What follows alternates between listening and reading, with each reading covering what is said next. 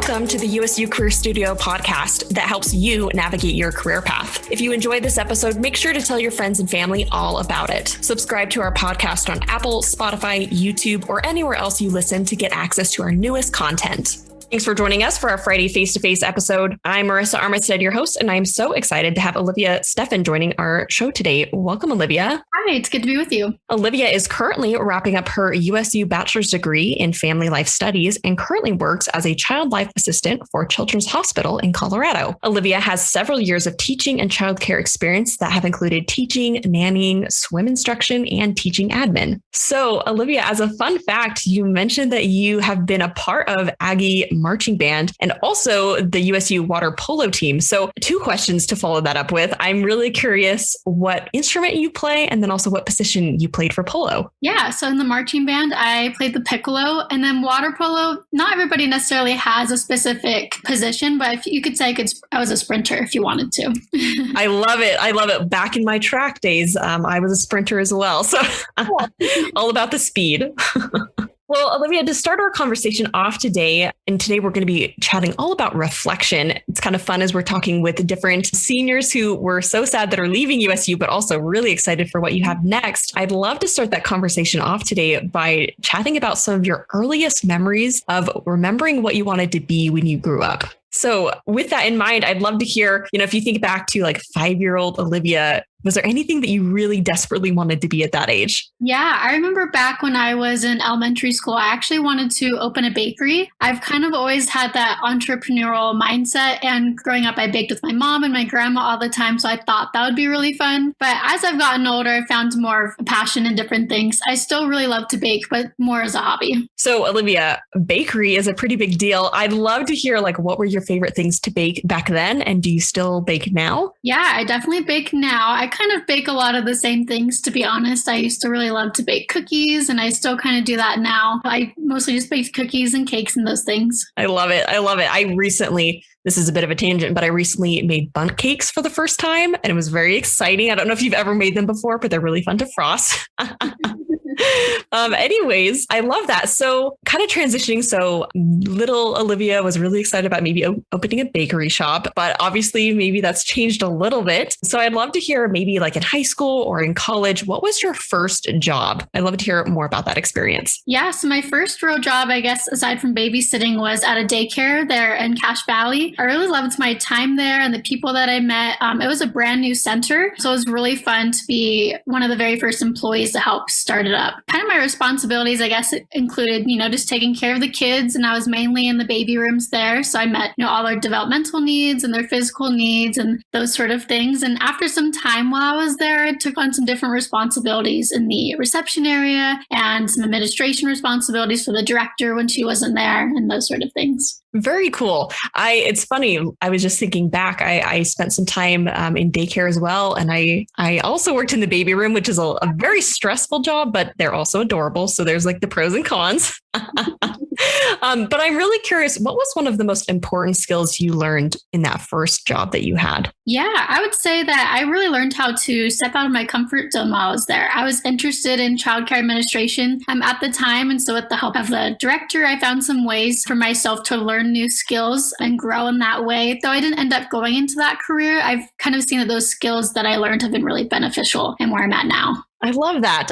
Okay, so now continue the conversation here for me. So you kind of start to get some of this childcare experience. And then how did that kind of lead into your college experience? And how did you find a major in that? Yeah, when I began college, I knew I wanted to work with kids, and I'd always had a special interest in the medical field. So I actually started off as a nursing major, but I had plans to go into pediatrics. However, as I began my courses, I found that I loved my human development courses so much more than my science classes for nursing. And so I began researching other careers, and I found myself drawn to most of the careers within human development. And so I talked to some of my friends in the major and my advisors. So it kind of just felt right to switch over to that major. And then after I made the switch, I kept researching those career options with my advisor and networking. And I spoke really to anybody and everybody who had a career that sounded interesting to me. And through this and my time as a daycare teacher, I discovered that I really loved working with kids, but I didn't really want to be a teacher.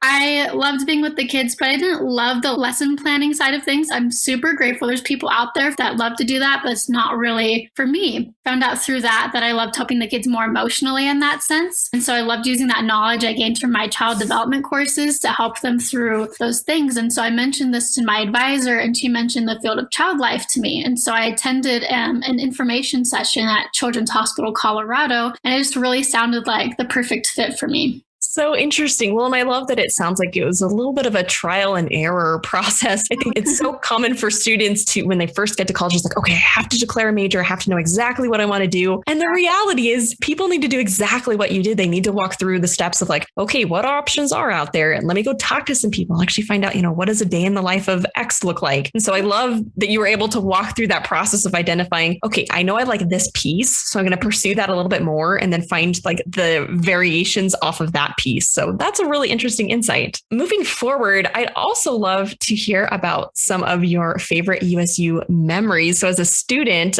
what are some memories that stand out to you as you think back to your experience at USU? I actually love this question. I have so many memories, but one of my favorite ones was when I was with the marching band and we attended the bowl game in Arizona in 2017. We got to fly there through the Logan Airport and we got to stay at this nice resort and perform in front of a huge crowd. Oh my goodness. Really fun just being there with our friends. Oh, so cool. Oh, I love that. I love that so much. Another question that I have is a little bit more about your actual college experience. You've been at USU during a really interesting time, especially with the pandemic in mind. So I'm really curious, was your college experience what you had expected at maybe like age 18? Why or why not? It definitely hasn't. I wouldn't necessarily say it was because of the pandemic. I mean, that definitely wasn't expected, but I've been lucky in the sense that since I'm an online student, I haven't really been affected very much by the pandemic in terms of school. But I always just assumed that I would stay in school in Logan in person until I graduated. But plans changed and that's okay. And I moved to Colorado about 2 years ago and I switched to be online. And it's been really great. I've loved the flexibility that I've been able to have within, I guess I was going to be online anyways with COVID. So it wasn't I expected to really be in that sense an online student, but it's been really great. I love that. And I have kind of a follow-up question too that I'm curious because a lot of students are really struggling with switching from the in-person classes that they're so used to the online. What are some tips that you would give to people about maybe being successful as an online student? Yeah, I definitely think hybrid is very different from being an online student for sure. Like if there's a class that's specifically supposed to be in person, that makes it really difficult to be online. But some things I've really found helpful is not procrastinating. That's something that can be really hard, but I have a calendar on my phone that help me set reminders. And every week I go through and I set a timeline for myself. I'm going to do this on this day, this on that day. So really planning ahead has been really helpful for me. Yeah, such great advice. I love that, especially as students are adjusting. And it's interesting that you pointed out that because you had already been doing online, it wasn't really a huge shift. And so I think that really speaks to the importance of being adaptable and just learning as you go. So I really love that. Another thing that I'd love to hear your insights on as you think back to your USU experience is about some of the people who really stand out to you as cheerleaders. I know that college is a tough experience. There's a lot of work, a lot of time, a lot of money that's invested. And so I'd love to hear about some people that have really supported you throughout that experience. Yeah, as cheesy as it sounds, my husband Thomas is probably my biggest cheerleader. We've been together since my first semester there at USU, so he's really been there through it all, through all my different career changes, my different ideas, and figuring out my life. He's just been really supportive, and it's been really kind of special that we've been able to grow and figure these things out together. I love that. Yeah, and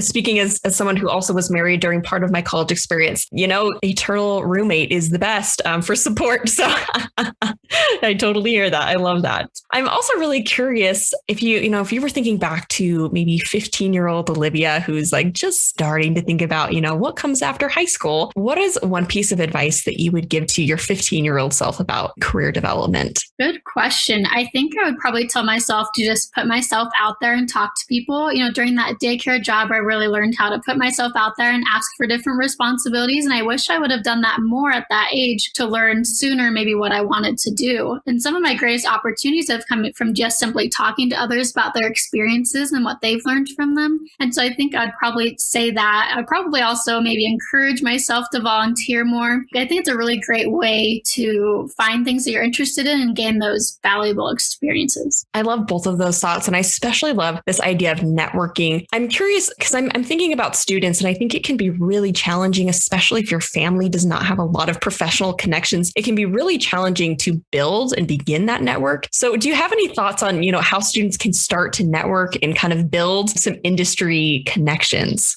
That's a good question. I think a lot of my networking actually hasn't been through like family or professional references. It's more just been through the people I meet all the time. Like a year or two ago, my husband and I were signing a lease to an apartment, and the manager had mentioned that she graduated in my same major. And I thought that was really cool. So I asked her some questions about how she got to where she's at now, and if she has any recommendations for me. And she ended up giving me some good recommendations as to what I could do to explore different careers. And so I guess things like that could be a good start, is just starting with your inner circle there and growing it through that. Yeah, I love that you pointed out that you kind of found people just in your daily life. I think it's really interesting, whether it's somebody that you meet at the grocery store or this or that, there are always opportunities for connection. And now I know I'm speaking a little bit of bias because I tend to be a little bit more extroverted. And so going to the grocery store and talking to a person is not a weird thing to do. But at the same time, I think that's a really important skill that everybody can work on developing, because you can find people who can eventually offer you some opportunities and vice versa down the road. So I love this idea of just building connections with those in your immediate circle and just kind of working out from there. I think that's such good advice. Thanks. Next question that I have is a little bit about a challenge that maybe you've experienced during your experience here at USU. So talk to us about one of the most challenging, but also one of the most rewarding experiences you've had in college. Yeah, so I think that would definitely have to be applying and getting into my child life practicum that I'm doing this summer. Getting into the child life field can be pretty difficult. And when I first started my journey into that, I thought it would be really easy, but it was not easy at all. There's a lot of different requirements and very specific things that they look for. And so I've been working really hard over the past year to get where I am now. I've had to take different classes at different universities. I've volunteered at different establishments, and the application process itself was kind of draining, if I'm being honest. But honestly, it's really all paid off. I sent in 11 applications. I completed 6 interviews and I got into one. And I'm really passionate about this career. So I'm really glad that it has really pushed me to do all those things. And I actually know there's quite a few students here at USU who are interested in this career, and there's not a lot of information on it. So if there's anybody out there who is interested and wants to know about it, they can contact me, and I'd be happy to steer them in the right direction if they'd like. I love that. And actually, if you don't mind, I'd love for you to elaborate here a little bit about kind of a day in the life for you right now. What does your job kind of consist of? Yeah, so right now I'm a child life assistant, and I'm actually a PRN, which stands for pro rata, which is like as needed. So I'm kind of a substitute for the child life assistants that are already there, which is nice as a college student. So really, if I am covering for somebody, I'm seeing patients, I'm helping the child life specialists by getting them toys and different things that they need. I'm meeting a lot of those therapeutic play needs and normalization needs. And I'm managing the volunteers that are there. I'm really just seeing patients and bringing them those comfort items. I love that. And as a follow-up question, because I'm just thinking about the world of like working with children, what brings you the most joy or satisfaction in your work? Because it's really important to identify moments that we enjoy in work so that we can keep finding those moments and keep adding more of those moments to our career. So what are some of the moments that make the work worth it for you? Yeah, definitely. I think my favorite part is when I bring something into a child's room and they get so excited. Like last week, there was a little girl, I walked into the room and she was laying there on her bed. She had like a breathing mask on and all those things. And she saw this Barbie doll that I had, and she immediately started saying, I want it, I want it, I want it. And she had to wait a minute because I was putting on the PPE and all those things, but she was so excited to have that. And it seemed to really brighten up her day and those things. So I love seeing those types of things. Yeah, I love that. Oh, the joy. I love it. So as you're kind of nearing graduation and thinking maybe a little bit long term, I'd love to hear about what some of the next steps will look like for you after graduation. Yeah, so I'm going to continue in my role as a child life assistant. And then in July, I'm going to be completing a 6-week child life practicum at Cohen Children's Hospital in New York. And then after that, I'll continue in my role as an assistant while I apply to child life internships. And after that, I'll take the exam and hopefully I can become a specialist after that. So cool. I love it. Love it. Love it. So the final question question that I have for you today is about reflection. And so I'd love to hear, as you think back on your time at USU and perhaps other places too, as you've just been developing and growing and learning about your interests, how has reflection helped you learn from past experiences and really grow? I think reflection has really helped me determine my values and help me get where I need to go in life. I can't really tell you how many times I've used those previous experiences have helped me in my future endeavors. If someone's ever questioning what career they want to go to, I think reflection's a good idea on how to determine those values and find what they're most passionate about and use that to steer themselves to find that perfect career. I love that. And I'm curious to hear, because I know reflection can be a bit of a broad term and it can look different for different people, but what are some personal ways that you reflect? I know some people, prefer writing. Some people just like to ponder. Like what is your avenue for self-reflection? That's a good question. I think I mostly just stick to my mind, just thinking of those different things. If I like going back to that daycare job, like I really loved that emotional side of things, helping kids emotionally. And so when I was looking for different careers, I saw that in child life, we help with that emotional aspect. And so reflecting on that, I knew I would be really passionate on that sort of thing. I love that. Well, Olivia, I so appreciate you taking a couple of minutes out of your day to chat with us as students are, trying to figure out majors and trying to figure out career paths. I think it's so helpful for them to be able to hear examples of students who not only have been where they're at, but they are succeeding and moving forward. And so it's really fun to have you on the show. And again, just thank you so much for your time. I appreciate it. Yeah, you're welcome. Thanks for joining us here at the Career Studio today. Please join us next week as we continue to discuss this month's theme of personal professional reflection.